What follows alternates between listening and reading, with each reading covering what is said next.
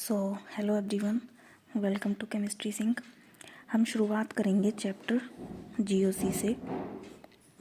वैसे मैंने एक फास्ट रिवीजन की क्लास डाली हुई है कोऑर्डिनेशन कंपाउंड्स की। अगर वो आपको हेल्पफुल हो तो आप देख लीजिए, लेकिन मैं शुरू से कराऊंगी क्योंकि वो डालने के बाद मैंने सोचा कि बहुत सारे स्टूडेंट्स ऐसे हैं जिनको मतलब बेसिक्स में बहुत प्रॉब्लम होती है, तो वो ना एक तरीके से डायरेक्ट वीडियो, जैसे अगर आपको पहले से पढ़ा हुआ होगा ना आपको, तो आपको समझ आएगा, लेकिन अगर आपको बेसिक्स नहीं पता है तो आपके लिए उतना ज़्यादा हेल्पफुल नहीं होगा।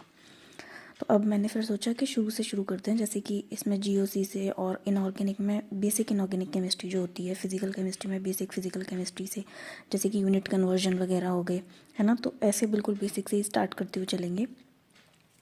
तो जीओसी में हम क्या क्या पढ़ने वाले हैं, क्वेश्चन जितने भी ज़्यादातर जो मैंने पीवाईक्यू में देखे वो न्यूक्लियोफाइल्स और इलेक्ट्रोफाइल से पूछे हुए हैं कि कौन सा स्ट्रॉन्ग न्यूक्लियोफाइल होगा, कौन सा हार्ड होगा या सॉफ्ट होगा। इलेक्ट्रोफाइल में भी सेम, ठीक है। और दूसरा एसिडिक और बेसिक कैरेक्टर से क्वेश्चन पूछे हुए हैं, तो इसके लिए आपको सारे इफेक्ट्स पढ़ने पड़ेंगे, ठीक है। नेक्स्ट, जैसे कि ना एक जैसे क्वेश्चन तो मैंने उसमें नहीं देखा, लेकिन वो टॉपिक ना बहुत इजी है, तो उससे भी क्वेश्चन पूछ सकते हैं। जो एनर्जी डायग्राम हम पढ़ते हैं ना, उससे पढ़ सकते हैं। अच्छा, इसी एसिडिक बेसिक कैरेक्टर के लिए ना जो इफेक्ट्स के साथ साथ हमको ना ये भी देखना पड़ेगा कि जैसे एस कैरेक्टर वगैरह, इलेक्ट्रोनेगेटिविटी का क्या रोल है, ये सारी चीज़ें भी हम इसी में देखेंगे, है ना। दूसरा, एनर्जी डायग्राम से क्वेश्चन बन सकते हैं, और हीट ऑफ हाइड्रोजनेशन और हीट ऑफ कंबशन, इसके क्वेश्चंस बन सकते हैं। और स्टेबिलिटी के क्वेश्चंस पूछे हुए थे उसमें,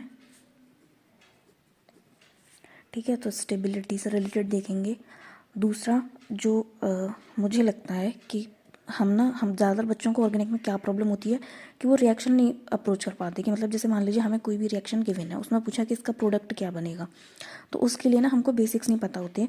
जैसे फॉर एग्जांपल अगर मान लीजिए Br2 है, तो Br2 में एक Br पॉजिटिव, जैसे Br2 है तो ये कैसे एग्जिस्ट करता होगा, Br प्लस और Br माइनस, एक Br के ऊपर पार्शियल पॉजिटिव चार्ज होगा, एक के ऊपर नेगेटिव चार्ज होगा। तो अब ये Br प्लस की तरह से अटैक करेगा या फिर Br नेगेटिव की तरह से, मतलब कौन रिएक्ट करेगा इन दोनों में से पहले, तो वो नहीं पता होता है। या फिर मतलब जो बेसिक बेसिक बहुत चीज़ें हैं ना, तो मैं उस चीज़ को ईजी बनाना चाहती हूँ कि मतलब आप ना प्रोडक्ट प्रिडिक्ट कर लो। फॉर एग्जांपल कोई नेम रिएक्शन आ गई, अब आपको पता ही नहीं है कि नेम रिएक्शन, या आपने नहीं पढ़ी है, आप मतलब वो आप जब आपने क्वेश्चंस किए तो आपको समझ नहीं आया कि मतलब ये भी इम्पॉर्टेंट है, तो आपने वो मिस आउट कर दिया, आपने वो नहीं पढ़ी। लेकिन अगर आपको बेसिक आता होगा, आपको जीओसी आती होगी ना, तो आप उस क्वेश्चन को अप्रोच कर लोगे। तो हम किस पे ध्यान देंगे, इसी पे ध्यान देंगे। तो दूसरा मैं पढ़ाऊंगी रिएक्शन की अप्रोच। अगर आपने ये डिसाइड कर लिया ना कि कौन सा पॉजिटिव चार्ज और कौन सा, कहीं जैसे मान लीजिए ये एल्कीन है, अब इसमें कहाँ पे पॉजिटिव चार्ज आएगा, कहाँ पे नेगेटिव चार्ज आएगा। या फिर मान लीजिए ये एल्कीन है, इसमें कहाँ पॉजिटिव चार्ज आएगा, कहाँ नेगेटिव चार्ज आएगा। अब मान लीजिए मैंने पीएच लगा दिया है इस एल्कीन के साथ में, तो कहाँ पॉजिटिव चार्ज आएगा, कहाँ नेगेटिव चार्ज आएगा, जो भी अटैकिंग रिएजेंट है उसके ऊपर भी डिपेंड करता है। तो अगर आपको ये सारी चीज़ें आ गई ना, तो आप रिएक्शन भी अप्रोच कर लोगे, बेशक आपको उसका नाम नहीं पता हो, या आपको जो रिएजेंट पढ़ा है ना आपको उसका फंक्शन नहीं पता, लेकिन आप उसको इलेक्ट्रोफाइल और न्यूक्लियोफाइल के बेसिस पे सोच के भी क्वेश्चन कर सकते हो। अगर मान लीजिए हमारी एल्कीन ये हुई, साइक्लोपेंटाडाइईन हुई, तो यहाँ पे पॉजिटिव चार्ज कहाँ पे आएगा, नेगेटिव चार्ज कहाँ आएगा, अलीन सिस्टम में कैसे डिसाइड करेंगे। अलीन सिस्टम में भी अगर हमने हाइड्रोजन को मिथाइल ग्रुप से रिप्लेस कर दिया तो कैसे डिसाइड करेंगे, ठीक है। तो इससे हमारा क्या होगा, रिएक्शन को करना उसकी अप्रोच जो है आसान हो जाएगी, अगर हमको ये सारी चीज़ें पता लग जाएंगी तो। अब हाँ, लास्ट में ना मतलब या अभी मतलब हाइब्रिडाइजेशन और बॉन्ड ऑर्डर भी पढ़ेंगे इसी चैप्टर में। और अगर हम मान लीजिए हमारे पास कोई रिएक्शन है, तो उस रिएक्शन में हम देखते हैं कि लेफ्ट हैंड साइड में रिएक्टेंट होता है, फिर रिएजेंट्स पड़े होते हैं, फिर कुछ कुछ रिएक्शन होती है और हमें प्रोडक्ट मिल जाता है। अब मान लीजिए हमारे पास रिएक्टेंट A प्लस बी है कुछ, तो इनमें से एक स्पीशीज़ इलेक्ट्रॉन डेफिशिएंट होगी और एक इलेक्ट्रॉन रिच होगी, यानी कि इलेक्ट्रोफाइल्स और न्यूक्लियोफाइल्स ये आपस में कंबाइन होकर क्या बना रहे होंगे, प्रोडक्ट बना रहे होंगे। तो किसी भी रिएक्शन को, कोई भी रिएक्शन होगी उसके लिए ना कुछ चीज़ें ज़रूरी हैं। फॉर एग्जांपल प्रॉपर ओरिएंटेशन होना चाहिए मॉलिक्यूल्स का, अगर वो प्रॉपर ओरिएंटेशन में नहीं होंगे तो फिर रिएक्शन नहीं हो पाएगी, फिजिबल नहीं होगी। दूसरा कि एक्टिवेशन एनर्जी होनी चाहिए, उसके पास इनफ एक्टिवेशन एनर्जी होनी चाहिए जिससे कि रिएक्शन क्या हो, प्रोसीड हो सके, ठीक है। और क्या होना चाहिए, जैसे फॉर एग्जांपल आपने पढ़ा होगा कि जो डेल्टा जी है ना वो क्या होनी चाहिए, नेगेटिव होनी चाहिए। अगर डेल्टा जी नेगेटिव होती है तो रिएक्शन फिजिबल होती है, ठीक है।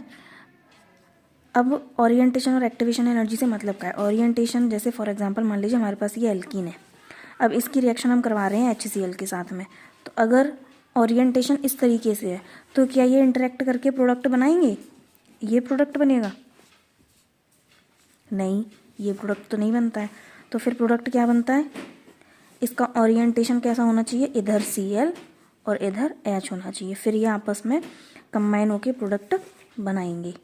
यहाँ पे क्या आएगा, Cl आएगा और यहाँ पे क्या आएगा, H आएगा। तो अगर इस तरीके से रिएक्शन हो रही है ना तो फिर वो क्या है, फिजिबल होगी, यानी कि ओरिएंटेशन का भी रोल होता है रिएक्शन में। एक्टिवेशन एनर्जी,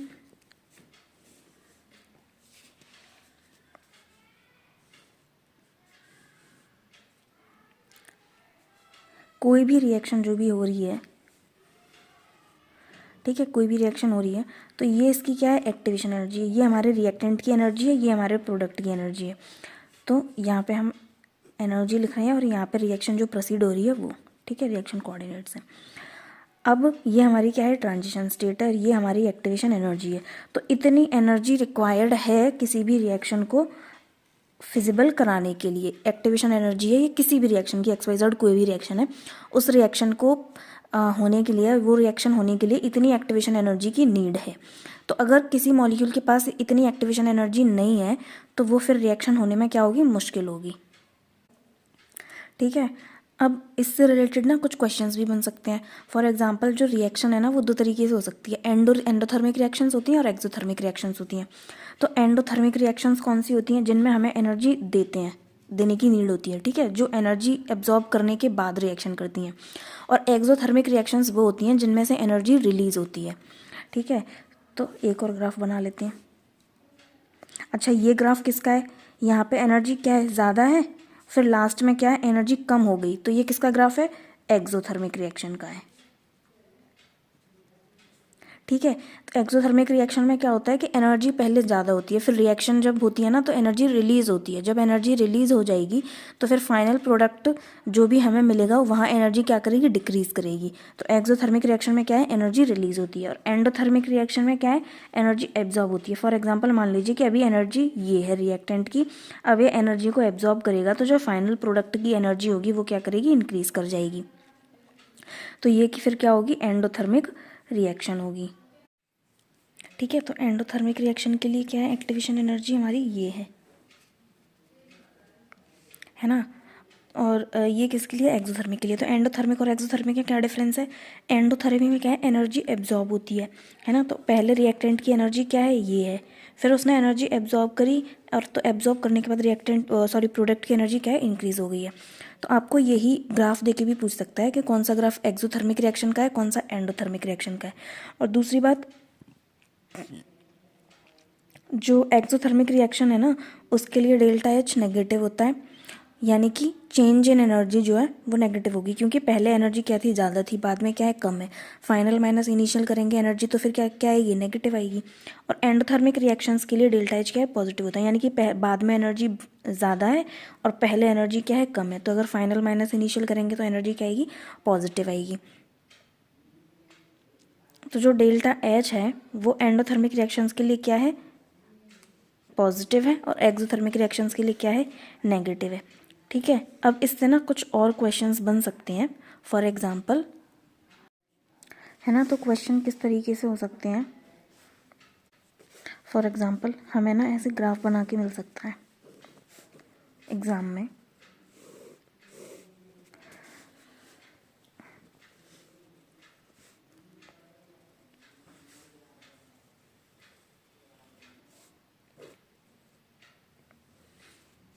ठीक है। हमें ये ग्राफ बना के दे दिया, यहाँ पे एनर्जी दी हुई है, यहाँ पे रिएक्शन कोऑर्डिनेट्स दिए हुए हैं। अब वो पूछ सकता है कि बताइए इस वाली रिएक्शन का RDS क्या है। तो जिस भी जैसे हाँ RDS पूछ सकता है, ये रिएक्शन कितने स्टेप में हो रही है ये पूछ सकता है, ये रिएक्शन एक्सोथर्मिक है या एंडोथर्मिक है ये भी पूछ सकता है। तो RDS वो स्टेप होता है जिसका हम सबसे ज़्यादा होता है, ठीक है। अब जैसे इसका हम सबसे ज़्यादा है तो ये क्या हो जाएगा RDS कौन सा हो गया, फर्स्ट स्टेप। और ये रिएक्शन कितने स्टेप में हो रही है, 1 2 3, 3 हम्प है ना, तो 3 स्टेप में रिएक्शन हो रही है। स्टेप्स कितने हो जाएंगे, रिएक्शन कितने स्टेप्स में हो रही है, 3 स्टेप्स में हो रही है ना। और क्या पूछ सकता है, एक्सोथर्मिक है या एंडोथर्मिक है। तो हम क्या देखेंगे, फाइनल देखते हैं। जैसे यहाँ पे ये क्या है, रिएक्टेंट की एनर्जी है और ये क्या है, प्रोडक्ट की एनर्जी है। तो हमें बीच में फॉर एग्जाम्पल जैसे अभी तो इसमें सारे हैं, अगर ये ऐसे करके होता तो हमें इससे मतलब नहीं है, हमें जो फाइनल प्रोडक्ट बन रहा है ना उससे मतलब है। तो प्रोडक्ट की फाइनल प्रोडक्ट की एनर्जी क्या है, कम है, और इनिशियल में रिएक्टेंट की एनर्जी क्या है, ज़्यादा है, ठीक है। प्रोडक्ट की एनर्जी कम है रिएक्टेंट के कंपैरिजन में। तो फिर ऐसा किस केस में होता है, एक्सोथर्मिक रिएक्शंस में। एक्सोथर्मिक रिएक्शंस में क्या होता है, रिएक्टेंट की एनर्जी इनिशियली ज़्यादा होती है, फिर जब रिएक्शन प्रोसीड हो जाती है उसके बाद उसकी एनर्जी क्या करती है, डिक्रीज करती है। तो फिर ये कौन सी रिएक्शन होगी, एक्सोथर्मिक रिएक्शन होगी, ठीक है। तो इस तरीके से क्वेश्चन पूछ सकते हैं। अब कल हम क्या पढ़ेंगे, न्यूक्लियोफाइल्स और इलेक्ट्रोफाइल्स पढ़ेंगे, और कौन से जो स्पीशीज़ हैं वो किस चीज़ का सोर्स होती हैं। फॉर एग्जांपल जैसे Br2 है तो ये Br+ का सोर्स होता है, ठीक है। इसके साथ अगर हम रेडिकल इनिशिएटर्स डाल देंगे तो फिर ये Br रेडिकल उसका सोर्स हो जाएगा। Br+ का सोर्स होने से मतलब ये है कि रिएक्शन जब भी होगी ना तो पहले Br+ की तरह से ये रिएक्ट करेगा। Cl2 भी Cl+ का सोर्स होता है, I2 भी I+ का सोर्स होता है, ठीक है।